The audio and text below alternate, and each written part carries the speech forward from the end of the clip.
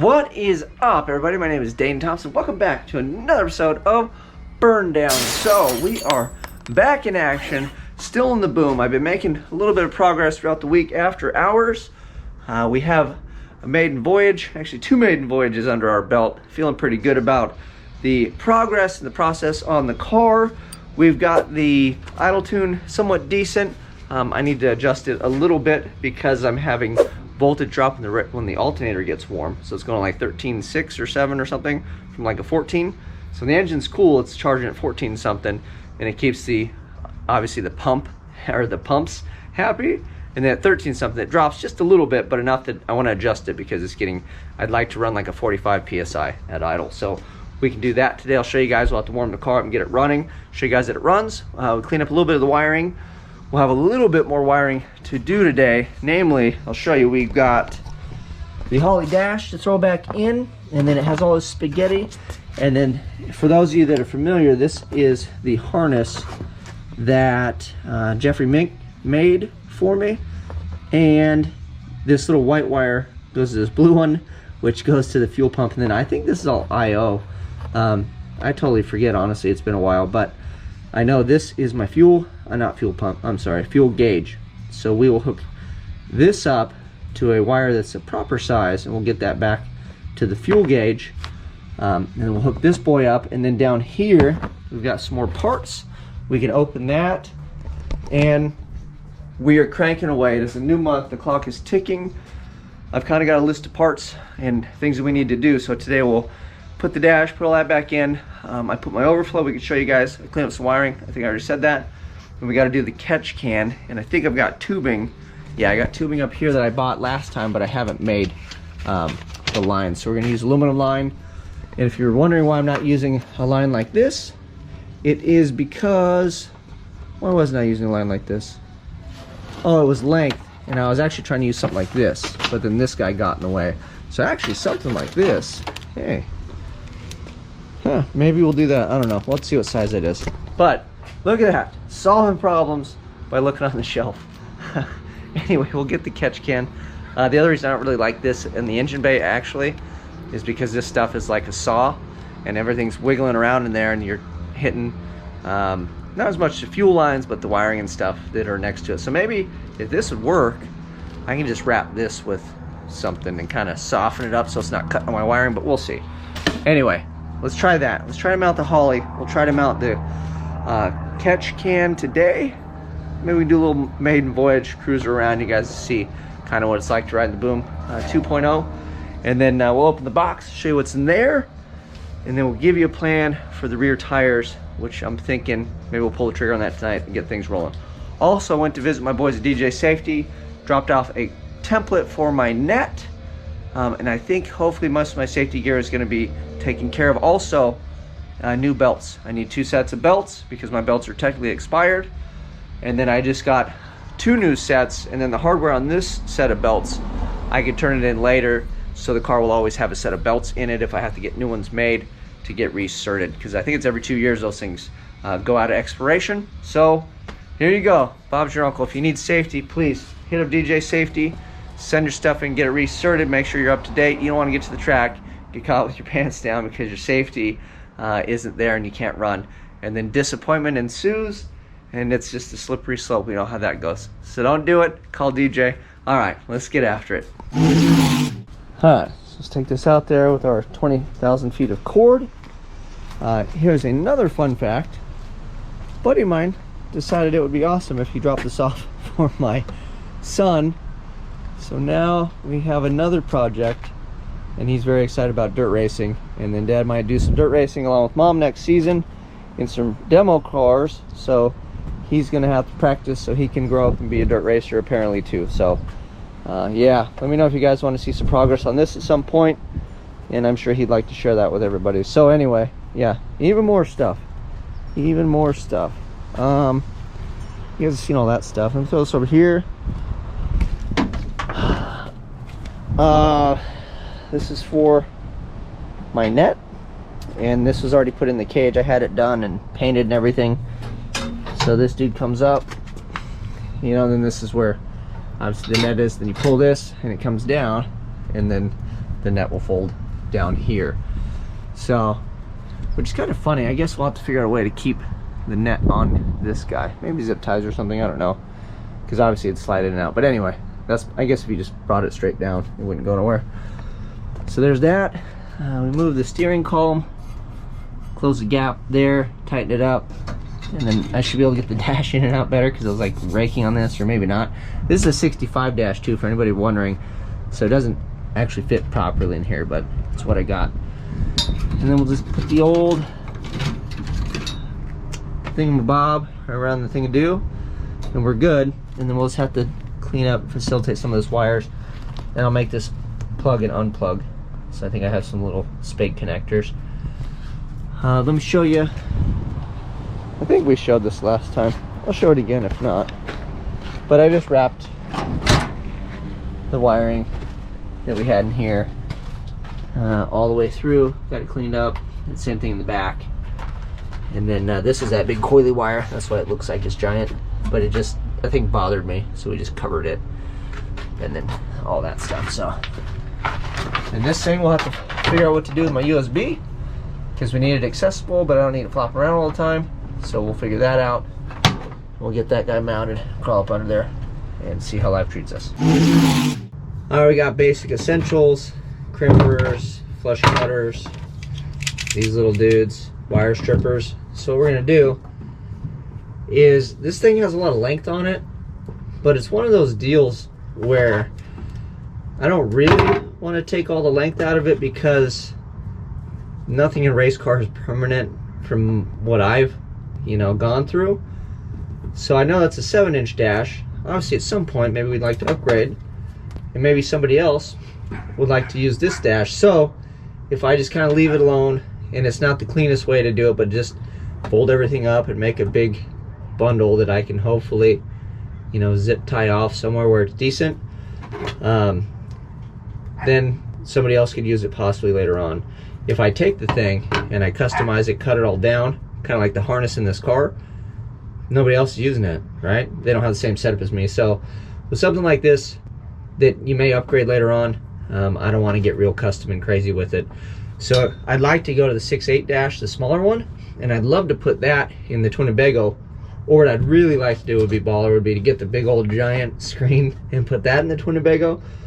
But ain't nobody got money for that thing. So chances are the 7 will probably end up in the Bago, which is big enough. It'll be cool.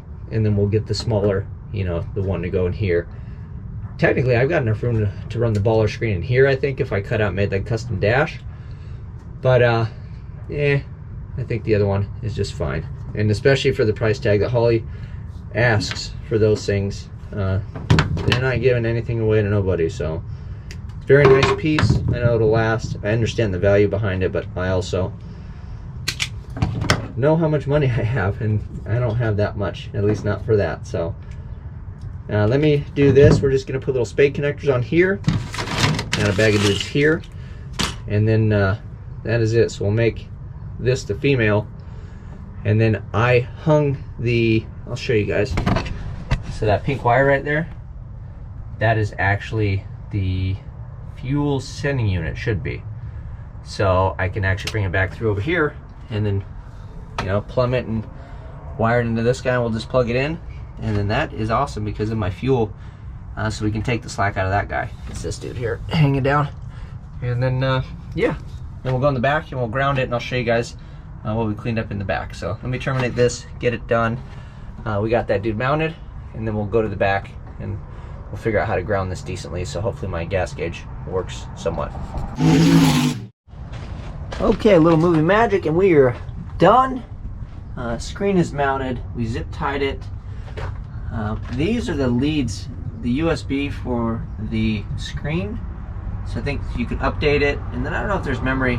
Honestly, I've had this thing and I put a background on it, and I haven't really dug into what I can and can't do. I know it has I/O and everything. Anyway, got the fuel gauge hooked up. We got everybody zip tied and partying. Oh, I gotta clip that guy. And then I ran the USB for the computer back through this big old honking fire hose deal.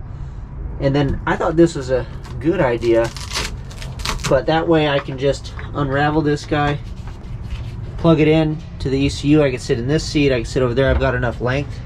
You know, it won't sit on the roof of the car or anything, but when it is time to roll, I can just wrap the wire around this guy and then stick it there, and it's not going to go anywhere. It's not going to flop around the car. I know where it's at, and it was just a simple solution. So I don't try to have to wrap it up and have some dangly circle thing. I thought about like putting it here or whatever, but I don't know, just driving around, it drive me nuts to have something do one of these deals. So and I don't know, I like Velcro and magnets are like magic, so I use them whenever I can. Anyway, that's that. We'll jump in the trunk and I will show you guys what it looks like, and hopefully we can ground the fuel gauge and then we'll test it out.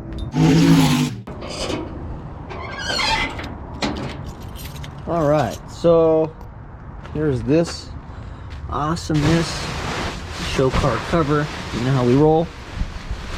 And so there's a harness that's in here that's all everything's new, and then it had a breakout. They came with this that plugged onto the old dude that was over there. So you just ground this, and one's a signal, and I forget which is which. So I don't know if that's a good thing. Oh, there you go. So this is obviously ground. Ha! And this plugged into dude. So what we'll do is we'll just leave that the way it is. Maybe get a bit better ground. That's just a sheet metal screw. I don't know. We'll just see if it works, because I'm not terribly whatever. So let me cut the end off this, and then we'll make it plug into this guy with just a little spade connector, and then we'll see if it even just, if it works at all. So let's just do that. Keep life simple. All right, so all right, so nothing fancy, and then just zip tied it off, so it's really not flopping around hard. But let's go test this dude out. All right, make sure we got juice.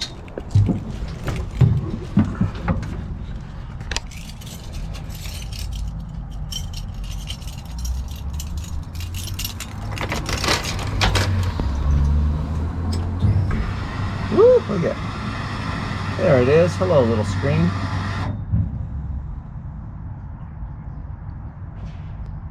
Da, da, da, da. All right, there it is. Awesome. Fuel says we got a bunch. That's good. I guess we can double check if it's lying or not.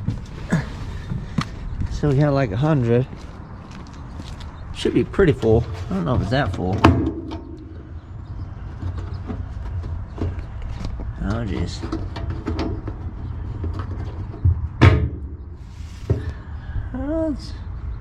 It's pretty full. It's not 100, but we got some fuel. So I would say that's like off of full. So let me mess with it, see if I can adjust it, and then I'll let you guys know if we can get it kind of adjusted. Alright, so what we'll do now is we'll warm it up, and then we'll take the battery charger off.